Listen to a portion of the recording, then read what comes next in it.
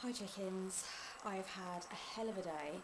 It's now midnight and I was having a shower a little while earlier and I had this massive calling to make a video to tell everyone who watches my channel that you are the main character in your own story, that you are the person that you have been waiting for, you are the hero on your own journey, and that if you feel like you're surrendering power to somebody else, or if you feel like you're surrendering authority to somebody else with regard to your own life choices, if you feel like someone else is taking the lead, or if you feel like you are stepping back into the shadows, or if you feel like you're agreeing to stuff that you don't really want to agree to, or you're going along with the status quo even though it doesn't serve you, then you need to make yourself the main character in your story once again. You need to grasp hold of your authenticity and your personal truth and really make it count for you, because you know you are the main character. You should never be an extra in your own story. And if that's how you feel, then it's something that really needs to be addressed in a significant way. And I was thinking about that and I couldn't get it out of my head, so I decided to do a little midnight video to tell you guys that exact thing. I've had times in my life where I've not been the main character in my own story and I've given my power away. And I'm so glad that I had those times in my life, because now I feel like I'm so strong in my foundations and I'm so sure that I am my own hero and that I am who I've been waiting for, that I don't feel like I'd ever make those mistakes again. I really feel like that's a road that I just won't go down again. And of course, you know, you have your friends in life, you have people who counsel you, people who give you guidance, the people who care about you. You might have a life coach or a spiritual counsellor or a tarot reader or a Reiki practitioner as well that you go to for objective guidance or for their intuitive counsel. And you might have people whose videos you watch, like I know I have a lot of people whose videos I watch who give me inspiration time after time and make me think about my life in a completely new way. And this is like a fantastic thing.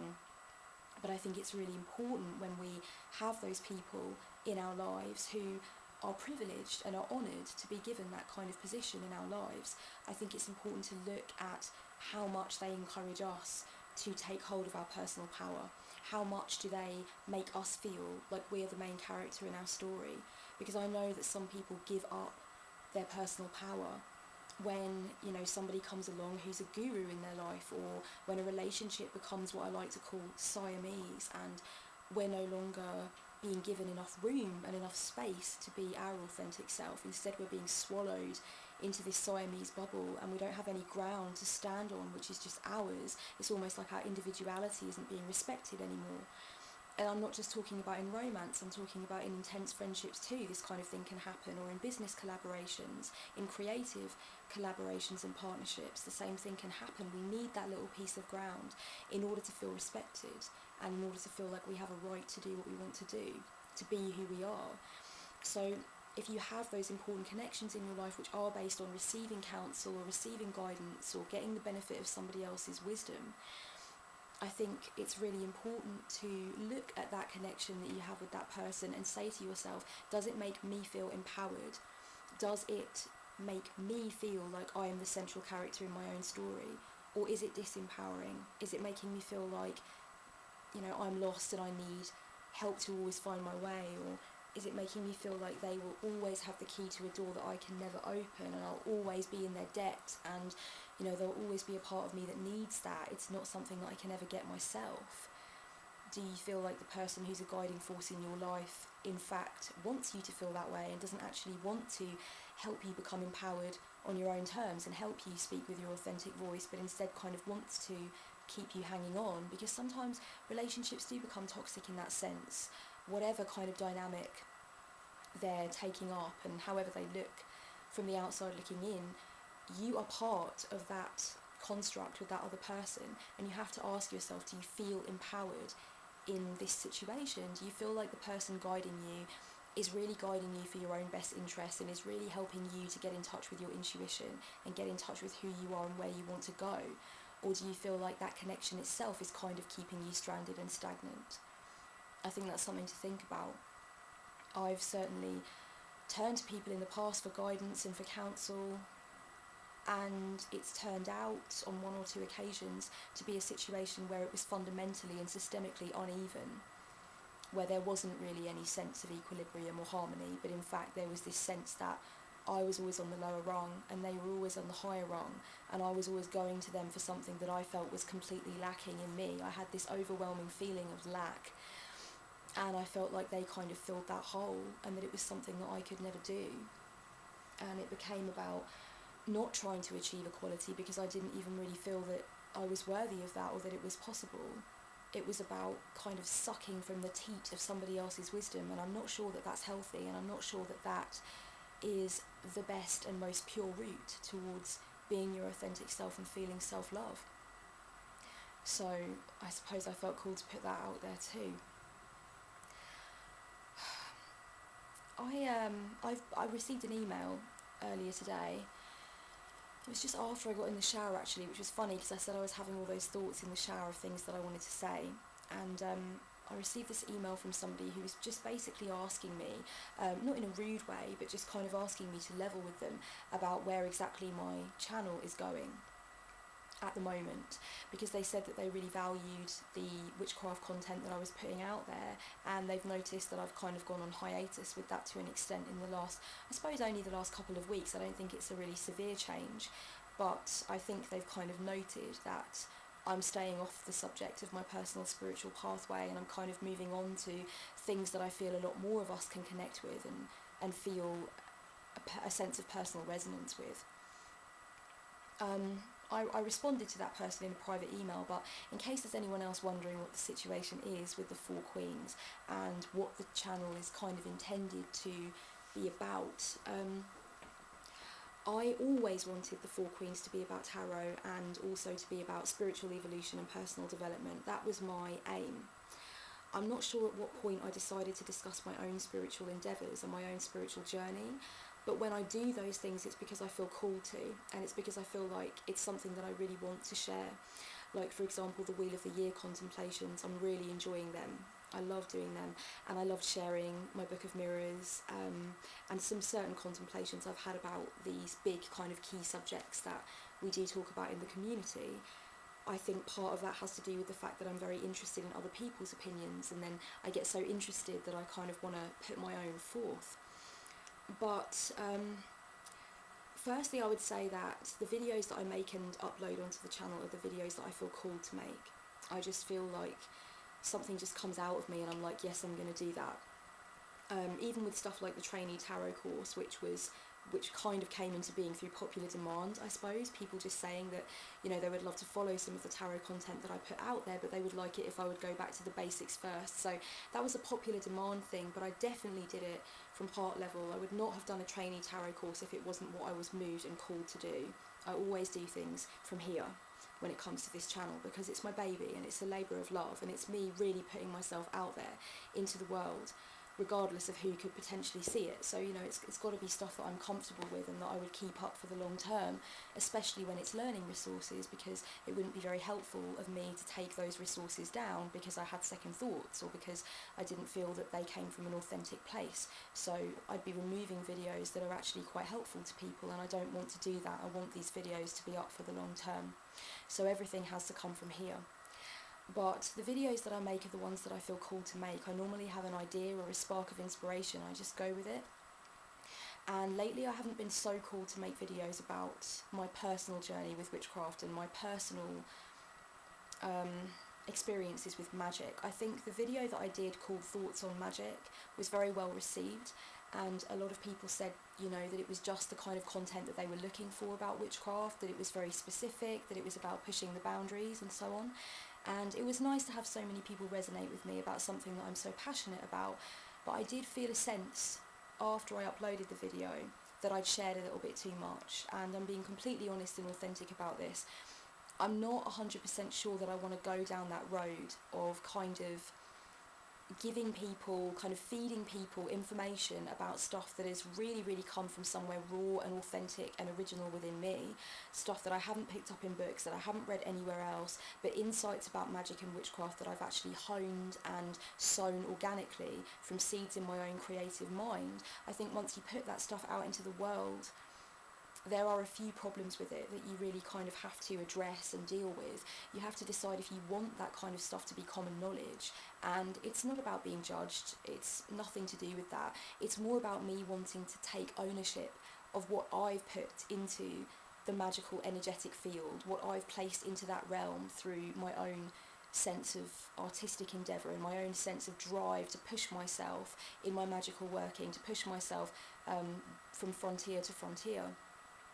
I think that's something that should be quite a personal journey, and I think your imagination can take you as far as you allow it to, but I don't necessarily wish to spoon feed certain parts of my experience to others. I don't know whether or not they could be bastardised or misunderstood, and I'm not 100% sure how I would feel about somebody palming some of my ideas off as their own, which is something that I know that other YouTube users have had difficulties with, and it's difficult when, with things like recipes and products that have come out of your own mind, blends that you've put together, there's much more of an obvious copyright infringement in that sense. When you're talking about intellectual property, where it's literally just the ideas that you're putting forth, you know, they're not copyrighted anywhere, they're not in a book anywhere, it's just your ideas that you're putting forth, it's difficult to talk about things like copyright infringement or people stealing from you or people kind of ripping off your ideas, because you're just talking into a camera and you're talking about thoughts, about something that a lot of people are passionate about. A lot of people have lots of weird and wonderful ideas about this stuff, and it's not necessarily something that's completely original to you, and I would never be bombastic enough to assume that. But I do feel like, I know in my heart of hearts that if somebody was to take some of the things that I've said about my own journey and kind of regurgitate them as their own, I think that I would feel affronted by that, and I think that I need to take that and bring it back to the self. It's not about projecting outwards, it's about me thinking, okay, if you would feel affronted, and if you know that you would feel disappointed or you would feel upset by that, then are you sharing too much? Do you need to reassess your boundaries? Do you need to be strong in your core and understand where your boundaries and your limitations need to be with regard to exposing and discussing your own spiritual evolution? And I realise that yes, I do need to figure out what my boundaries are. So for the time being, I don't necessarily feel called so much to make videos about anything which is really intrinsically a part of what I'm doing and which kind of feels very personal to me, which I didn't kind of pick up in books or anything like that. I mean, I'm fine to talk about things on a broader spectrum, but some of the things that I do share, not only in that video but in others as well, are kind of parts of my innovative brain that I'm not sure I'm 100% happy with being out there, and I'm not going to take those videos down, not at all, because it was in me to make them at that moment in time, so I believe that they should be around, that I should be leaving them up for people to learn from and take from and enjoy. So they're not going to be coming down, but I have had a little bit of a reassessment of where my boundaries are, and I think that when you're being very exposed and very vulnerable about your spiritual evolution, not only for your own growth and for your own enjoyment, but so that other people can learn and expand as well, you need to check in with where your boundaries are, because it is one of the most intrinsically valuable parts of your experience, and you need to make sure that you're not being too raw and too exposed and too open in a way that you would later maybe feel uncomfortable with. So that's what's going on there. But you know, I'm a qualified spiritual counsellor. I've always had a really big interest in things like Jungian analysis, storytelling techniques in psychology, positive psychology. I'm interested in certain aspects of life coaching. I'm interested in intuition, tarot for personal development. So all of these subjects are things that it should not be surprising to see on the channel, particularly if you look at the header on my main channel page. It says tarot and spiritual counselling for life, love and laundry, always from heart level, which was originally just the header that was on my blog. And I then put it on my Etsy and my YouTube channel as time progressed, because I just love it, and it basically sums up everything that I'm wanting to put out there in a nutshell. It kind of ties my content up in a nice neat little bow, I guess. So, you know, that tagline is true to form, it's true to what I'm doing here. So, you know, I am sorry if I've disappointed anybody by potentially not delving more into the magic side of things, because I know that was a concern with the person that emailed me, was that they were very eager to kind of get more into that and to know if I would expand into that territory. And they were very complimentary about what I was putting forward on the channel, and they were saying, you know, that it's very difficult to find people who are willing to go into so much depth and who are willing to talk about pushing the boundaries in magical thought, and that's very complimentary to me. Honestly, that's a lovely thing for someone to say, but I need to be strong in my core, and I need to understand from my position what it is that I'm doing. So I'm just having a bit of a reassessment about that at the moment. However, you know, I will be reviewing books in a little while that I've been reading that have to do with the craft and so on, so I'm not going to be entirely not talking about my personal spiritual experiences, of course, but I feel like a lot of the stuff that I am talking about is tied in with that. So I hope that you can still enjoy my content, and I will still be discussing things like the Wheel of the Year and stuff of that nature. So, but I just thought I would give you a little heads up as to exactly what this channel is all about, because I'm not really 100% sure if I want to do a trailer yet. I've seen trailers on other people's channels and I think they're great, but I'm not sure if I want a trailer or not yet. So I've got a feeling I'd go to like real perfectionist territory with it and just start kicking myself and doing it like 25 times, because I'll convince myself that it's got to be like perfect. So I'm kind of trying to avoid putting myself through that whole shenanigan. So I'm not sure if I'm going to yet or not, but I suppose at video number 133, I think this is, I suppose it's kind of obvious the kind of content that I'm putting forth, but I just thought I'd make a quick mention with regard to the Wicca/witchcraft side of things. And if you guys have a channel which charts your personal spiritual evolution, and you have had any feelings that are similar about things like, you know, feeling raw or feeling exposed or not being sure exactly how much you want to share, I would love to know your thoughts and your feelings on that. That would be really interesting for me. So I'm going to come full circle, and I'm just going to say that you are the main character in your own story. If you feel like an extra, you need to sort that out. And another thing that I'll suggest before I go is think of someone in your life right now who needs to be told that they are the main character in their own story, that they are the hero, that they are the person that they've been waiting for, no one else. They themselves are the person that can pick themselves up out of the dirt and start thinking about launching right off the edge of that cliff face. You think of someone that needs to be told that, and you ring them, or you message them, or you send them a postcard, or you send them a smoke signal, you send them a stamped addressed homing pigeon. I don't care what you've got to do. You get that message to that person and let them know that that is the truth, and that they've got to get down with that, because that's what it's all about now. You know, take that encouragement and that seed of love and support and just pass it right on, because everybody needs it. Everybody needs it right now. Much love.